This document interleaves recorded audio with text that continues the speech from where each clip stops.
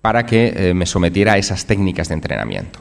Él aceptó hacerlo, me llevó hasta esta imagen, hasta este sitio que ustedes ven aquí, que es una cabaña en medio de la montaña que llaman la Caja Negra, donde hay varias habitaciones configuradas como lo que ellos llaman cámaras de aislamiento sensorial. Son habitaciones completamente separadas del entorno exterior mediante, por ejemplo, planchas de plomo para evitar cualquier tipo de interferencia electromagnética, con diversos revestimientos acústicos para que no penetren nada de sonido del exterior, y con la base de esa cabina hecha como si fuera un colchón de agua, donde uno se tumba, tiene sensación de ingravidez y a través de unos auriculares escucha los sonidos que en su momento patentó Robert Monroe. Bueno, yo entré en esa cabina, me tumbé allá, me coloqué todos los electrodos porque hay un control, evidentemente, de las constantes vitales, y decidí someterme a varias pruebas. El entrenamiento consistió en dos partes. Una primera en familiarizarme con ese tipo de sonidos y ver hasta qué punto yo era capaz de ver algo. Si hubiera hecho caso solo a esa primera parte, bueno, nunca más hubiera continuado investigando esto. Y les voy a decir por qué. Cuando en la primera sesión me introducen esos sonidos, lo primero que me pide Skip Atwater es, bueno, me hace una pregunta, me dice, ¿recuerdas las mecedoras o las hamacas de metal que hay a las afueras de la caja negra, de la cabaña? Se ven aquí, no sé si ustedes lo ven, hay como unas 2 mecedoras acá, ¿no? Dice, bueno, hemos colocado, alguien del equipo ha colocado un objeto encima de una de ellas. Tienes que intentar concentrarte en ese objeto y ver si eres capaz de describirlo. Bueno, yo cierro los ojos, intento ver algo en ese estado, en ese estado de hiperrelajación. Está casi en la penumbra entre la vigilia y el sueño, ¿no? Así que lo primero que veo es como un objeto alargado, que yo entiendo que es una barra de pan, igual es que tenía hambre, no lo sé, dentro de una funda multicolor, ¿no? Y eso es como lo que le describo. Digo, mira, veo una barra de pan, que habéis colocado una barra de pan allí sobre la mecedora, en una funda de muchos colores. Cuando salgo de ese estado y salgo de la cabina, me llevan fuera de la cabaña, me enseñan lo que habían colocado en la mecedora y era un payaso de trapo. Digo, bueno, yo como vidente no tengo precio.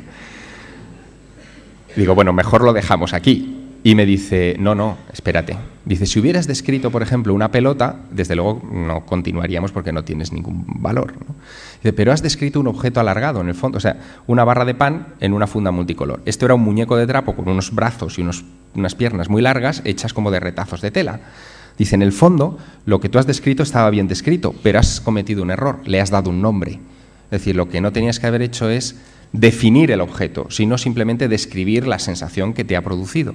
Digo, vale, bien, pues vamos a hacer una segunda experiencia. En la segunda experiencia volvemos otra vez con unos sonidos más intensos y cuando ya estoy, digamos, a punto de caramelo, me dan unas instrucciones y me dicen, tienes que ir a tales coordenadas, que yo por coordenadas no me manejo bien, pero me dieron unas coordenadas de longitud y de latitud, y tienes que visualizar lo que allí ocurrió en tal fecha de hace 2 años, porque supuestamente en este estado también puedes moverte adelante y atrás en el tiempo. Bueno, yo me concentro y lo único que pasa por delante de mi cabeza son como líneas paralelas, que no les encuentro ningún sentido, como una especie de edificio que yo veía desde arriba, con una fuente en el centro, que yo no reconocí, no sabía qué era, con gente entrando y saliendo continuamente, y todo aquello produciéndome una sensación de profundo malestar. Es decir, aquello hacía que yo estuviera muy incómodo. Cuento todo esto, queda registrado, evidentemente, y cuando salgo de la habitación, el teniente Atwater me dice, bueno, ahora vamos a intentar ubicar esas coordenadas y a ver si lo que has visto tiene algún sentido. Esas coordenadas venían en un sobre cerrado hecho por un equipo que no estaba allí, es decir, intentábamos evitar que hubiera cualquier tipo de transferencia telepática o filtración, ¿no? El caso es que cuando acudimos al ordenador e introducimos en Google Earth, ustedes conocen este programa, uno puede colocar unas coordenadas y buscar el sitio, yo me quedo pasmado. La imagen que aparece es esta. Esto es el Museo Kunstpalast en Düsseldorf, Alemania. Lo que yo había visto efectivamente eran líneas paralelas. Si ustedes se fijan, todo esto son líneas paralelas, son carreteras, son calles. ¿Lo ven por aquí? Por aquí, bueno, yo veía como líneas paralelas, ¿no? Y un edificio cuadrado con una fuente en el centro, ¿la ven?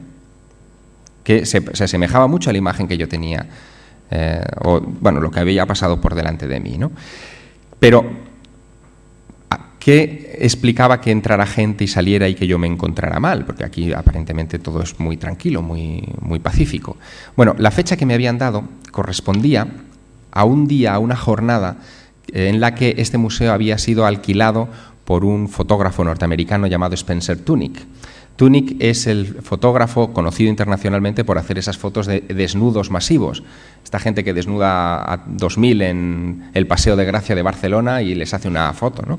Bueno, yo soy pudoroso de naturaleza y a mí supongo que aquella información me debió llegar, porque yo me sentía efectivamente como si tuviera que estar en medio de una playa nudista, ¿no? O sea, bastante incómodo.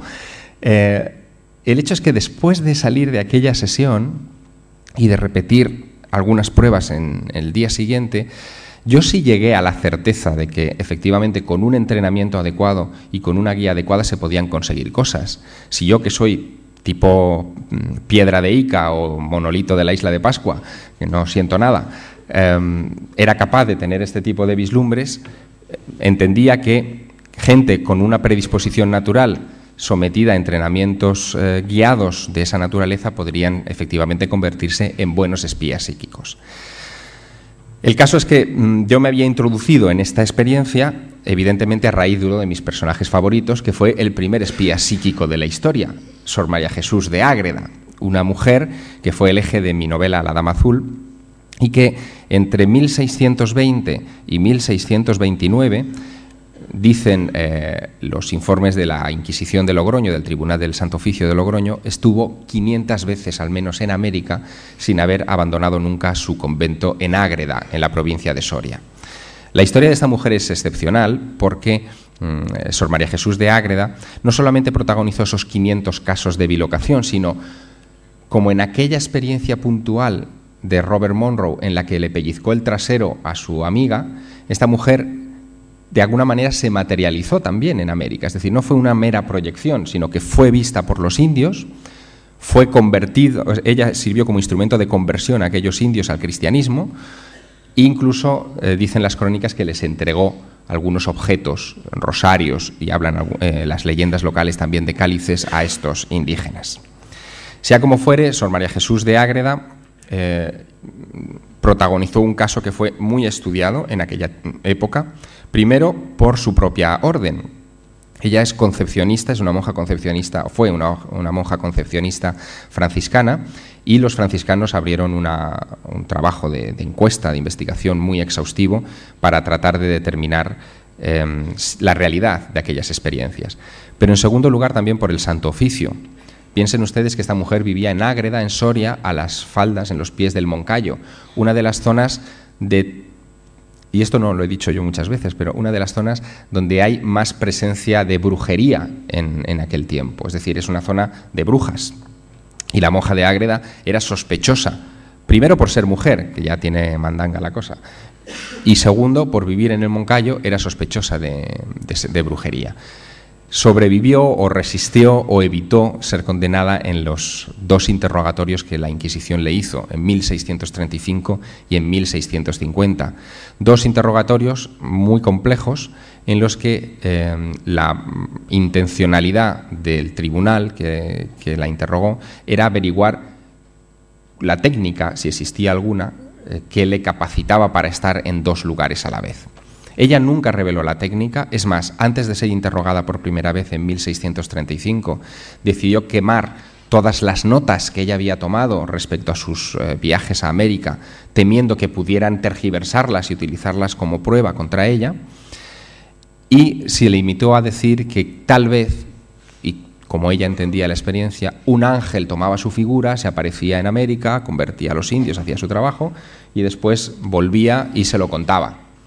Bueno, yo creo que era una explicación un poco artificiosa, sobre todo para tratar de digamos, echar balones fuera y decir, no, esto no lo hago yo, lo hace la providencia y ahí no tengo yo nada que ver. Sea como fuera, ahí nace el concepto de bilocación, que es un término, desde luego, que acepta la Real Academia Española de la Lengua, que significa estar en dos lugares a la vez. En el caso de Sor María Jesús de Ágreda, estaba en Soria y en Nuevo México a 10.000 kilómetros de distancia, pero dejó su huella en documentos históricos tan importantes como este, el memorial de Fray Alonso de Benavides.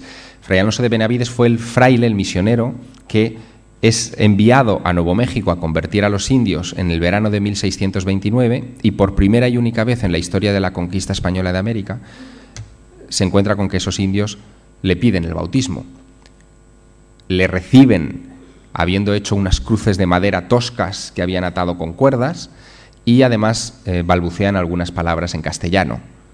Cuando Benavides se interesa por este asunto y escribe su informe con afirmaciones como esa conversión milagrosa de la nación jumana, le dicen los indios que una misteriosa dama azul ha sido la responsable de ese fenómeno, una mujer que lleva muchas lunas apareciéndoseles y que en un principio es identificada por Benavides con una manifestación de la Virgen, con una aparición de la Virgen. Creen que podía ser un fenómeno parecido al que en esos momentos estaba empezando a cobrar mucho protagonismo, que era el fenómeno de las apariciones de la Virgen de Guadalupe, unos 100 años antes en México. Luego, si me preguntan en el coloquio por las apariciones de Guadalupe, les contaré alguna cosa interesante. Yo se lo digo por asterisco. Las apariciones de la Dama Azul, que empiezan siendo apariciones de la Virgen, cuando Benavides llega a España e informa sobre ellas al rey Felipe IV, se transforman en otra cosa, porque en la corte del rey Felipe IV es donde le hablan de esta monja de Ágreda, jovencísima en aquel entonces, que empieza a tener mucha fama en toda Castilla, porque protagoniza varios episodios místicos. Uno de esos episodios es el de la bilocación, la han visto dentro y fuera del convento en varias ocasiones, pero ella protagoniza otros, como por ejemplo la levitación. De hecho, ella fue vista levitar no solo por sus monjas, sino por muchos curiosos que acudían a los oficios precisamente para ver levitar a la monja, porque parece que era algo bastante frecuente.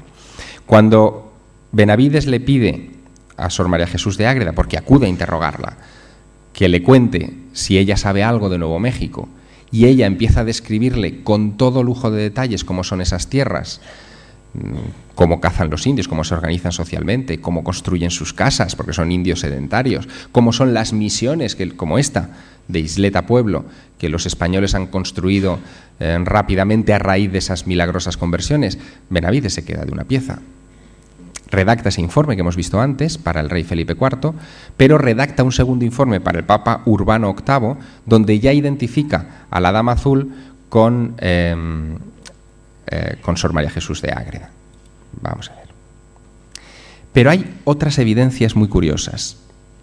Yo durante mucho tiempo recorrí el suroeste de los Estados Unidos tratando de encontrar las pruebas físicas que demostraran que Sor María Jesús de Ágreda había estado allí. Yo en eso soy un poco como Dragó, yo no creo en, sino creo en qué, ¿no? Es decir, trato de buscar las pruebas. Después de recorrer muchas de esas misiones y no encontrar ningún cáliz que perteneciera a Castilla, esto se puede saber por las marcas de joyero. Con los rosarios no se puede, pero con los cálices sí. Todos los joyeros dejaban desde hace mucho tiempo una especie de muesca pequeña en algún rincón del cáliz, de la pieza, que se puede identificar como una marca, como un DNI, digamos, un certificado de procedencia de esa joya. Pues bien, después de tomar calcos de muchas de esos cálices y de compararlos con las marcas de joyería de la zona de Ágreda y de todo el entorno, tanto en el lado aragonés como en el lado soriano, no encontré ninguna marca que se asimilara a ningún joyero de aquel tiempo. Pero haciendo esa investigación sí que me tropecé con cosas muy curiosas en el convento de la monja. Esta monja le gustaba coser, bordar, y hizo mantos, por ejemplo, como este que ustedes ven aquí, con plantas y flores que no se ven en Soria, es decir, esto no se ve en Soria. No solamente eso, sino que bordó también algunas casullas, esto es la parte de atrás de una casulla, de un vestido, de un manto para sacerdote, en el que aparecen unos diseños geométricos que son muy similares, por ejemplo, a las mantas de los Navajo, que todavía hoy siguen haciéndose en